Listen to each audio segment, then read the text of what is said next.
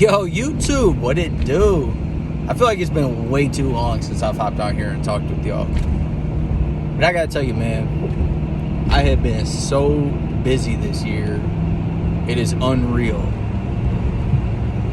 This is why I always preach to y'all that the construction trades are a great thing to get into, right?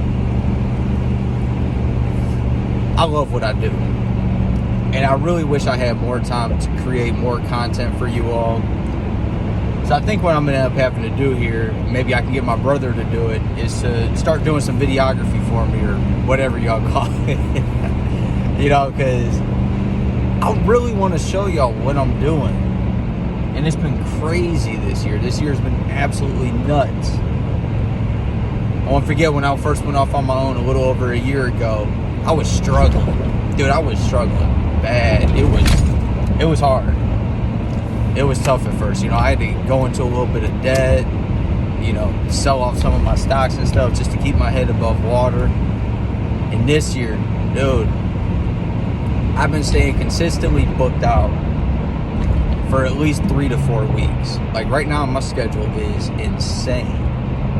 If you've been following me, you know I'm working on this big 8-bathroom apartment building right now. I just finished up a house around the corner from a house doing a 3-bathroom, total gut and finish. Got other projects in the work. It's crazy. On top of doing the service work that I do, woo, I need like 10 people to work with me. And that itself has been a struggle. And this is why I created this channel, because I'm having a hard time finding good help out here. You know, and it's what we say in this country, in America here, is you got to go to college to be successful. My guys, I have been consistently making $3,000 to $5,000 on a weekly basis that I'm billing out for this year, pretty much starting in like May, June, when I really started to pick up. I mean, I just cashed almost $10,000 in checks. What was it, like 2 weeks ago? It was like just over $8,000. And that was for about a week and a half of work. There is so much money to be made out here. And if any of you guys are hip to like Andrew Tate or Justin Wall or Patrick Bet-David, you know, people like that, I watch a lot of their content. Even Joe Rogan, he's one. Majority of these people advocate for getting into the construction and trade jobs because, like myself, they understand how needed this is and how few people are getting into it. We have completely overblown this whole go to college, that's the only way to be successful.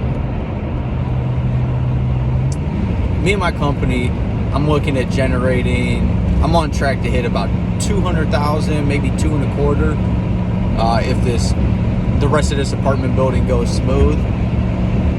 I mean, you want to be a doctor or something, or a lawyer, you know, go to college for that. That's how you make that kind of money. I went to college to get a business degree. Then I'll tell you what, that's just one about to pay me $200,000 a year. Now, mind you, and I'm going to be the first one to tell y'all, I say that I'm on track to make 200,000, 2.25 this year, right? That's revenue. That's what I've built out. That's not my gross. As I count all the materials, the taxes, the gas, the food, the vacations I've taken for the year. You know what I mean? That number realistically is probably closer to probably closer to like the 80, 90,000 is about what I have put in my actual pocket. But that's still pretty good money for a job that you don't have to have a college education for. I didn't need to go to school. I just went because that's what everybody told me to do, right? And I want y'all to understand, even if you've been to college or if you're a younger man and you're trying to figure out, like, do I really need to go to school? You don't. You absolutely do not. Now, I would recommend you do trade school, but that's completely different than college. That is completely skill focused. Go to a trade school. You'll be completely fine. And what I really wanted to touch on this video as well, aside from knowing that you don't need to go to college to be successful, right? You don't need to go to college to start a business where you can make 100 or 200,000 a year. And imagine this, and this is my goal and where I'm trying to get. I got enough work to where I could hire somebody, right? And if they could bring me in $3,000 to $5,000 a week, that's good money right there. And I want a team of people working with me. So do the math on that. That's if I got somebody that's making me $3,000 a week, that's $150,000 that they're putting into the business. So if I get a team of 5, that's like $750,000. It's almost $1 million a year just by having 5 technicians out here. And I'd like to go higher than that, but I know me in the way that I think I want to keep on a smaller business. But that's the thing. But you get what I'm saying. It's not hard to make money out here. And I'm booked solid. Everybody I know is booked solid. I got my boys asking me for work. I'm asking my boys for work, to help me out with jobs. It's just, there ain't enough people out here, man. But like I was saying, what I wanted to touch in this video on, aside from knowing that you don't need to go to college to make this kind of money, you don't need to go to college to become an electrician or a plumber or HVAC technician, is knowing whether you're cut out for this type of work. Because if this is something that interests you where you don't want to go to school and maybe you want to get into construction, I'm sure you've asked yourself, do I have what it takes, or how do I know that this is the right move for me? And I'm going to tell you this right now. The way you know that this is the right move for you is if you're a people person, if you're creative, and if you're a mechanically inclined individual. These are all signs that will point that you are made for this type of career field. And I'm going to break it down real quick. So you can be people oriented, right? You don't even have to be mechanically inclined or necessarily, being creative and mechanically inclined definitely helps. But even if you're a people person, you can 100% just get on the sales end of things. Whether you're out there just selling the work for companies or working in a supply house and doing sales there, the sales guys make the money. That's where you're hitting $100,000 plus a year. And even if you have your own business, if you're just doing the sales, selling the work, and then having your crews and your people take care of that stuff, that's what you need. That's perfect. And then from there, let's talk about branching into real estate and all this other stuff. But construction sales, huge money to be made. And if you're a people person, sales, right? If you're mechanically inclined, or if you're in creative, which to me, they kind of go hand in hand. To be good mechanically and to be able to work on things, you have to be creative, especially in plumbing. There's so many obstacles that come up to where it's like you have to be able to create things from scratch, essentially.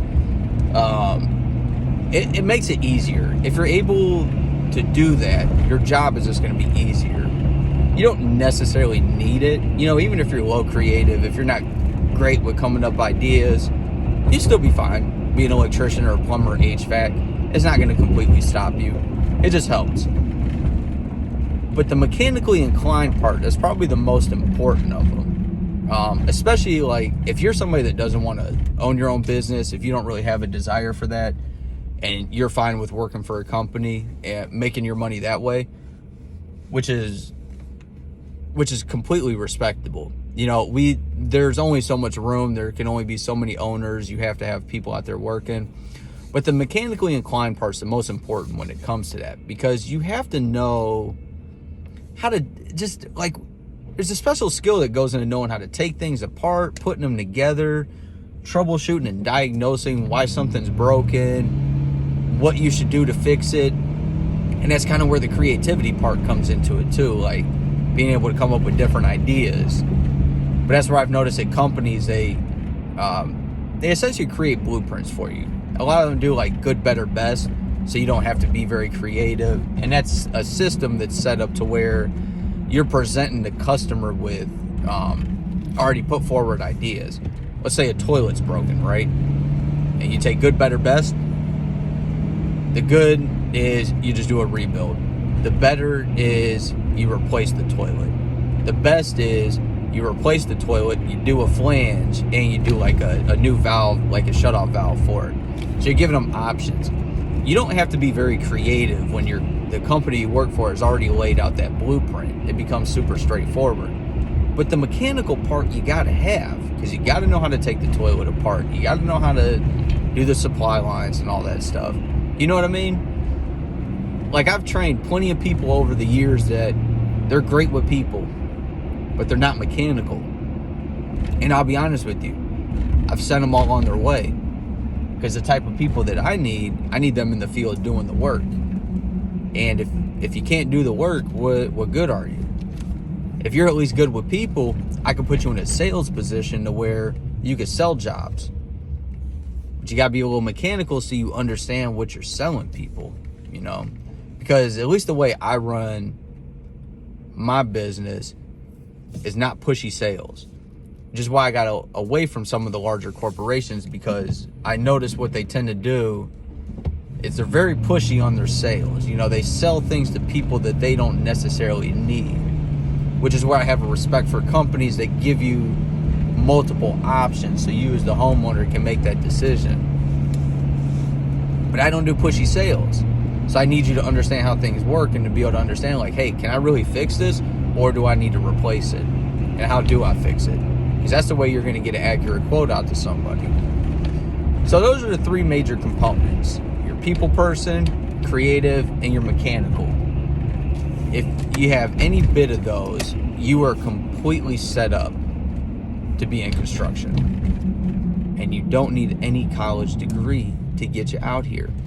Like I said, Andrew Tate, Justin Waller, Patrick Bet-David, Joe Rogan, all these people talk about this. They all talk about, and they don't go into great detail, but if you've ever paid attention to their content, they will tell you that getting into construction, plumbing, HVAC, electrical, carpentry, building the roads and the freeways, this is all respectable work to get into that will put some serious coin in your pocket.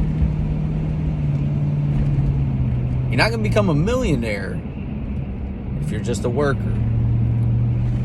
But if you put in the work and you become an owner, that's how you hit the big money. That's how you get where a lot of people want to go. They want that money. They want those millions of dollars or a couple $100,000 a year. They want to live a good life. You can do it through construction. I'm here to tell you that first and foremost. Like I said, I've been consistently staying booked out. The money coming in is great. It's hard work. I come home dirty, but I got some good ass soap to clean my body. So think about it. Forget about going to college. If you're young, you gotta, I would put it on the back burner. You're gonna go into a bunch of debt for a job you're gonna hate, or something that doesn't even pay well, like people that go in for education and philanthropy and all that stuff. It don't pay the bills no more. It just doesn't. I respect it. I respect your decision, but I'm here to tell y'all there's a different way. Peace out.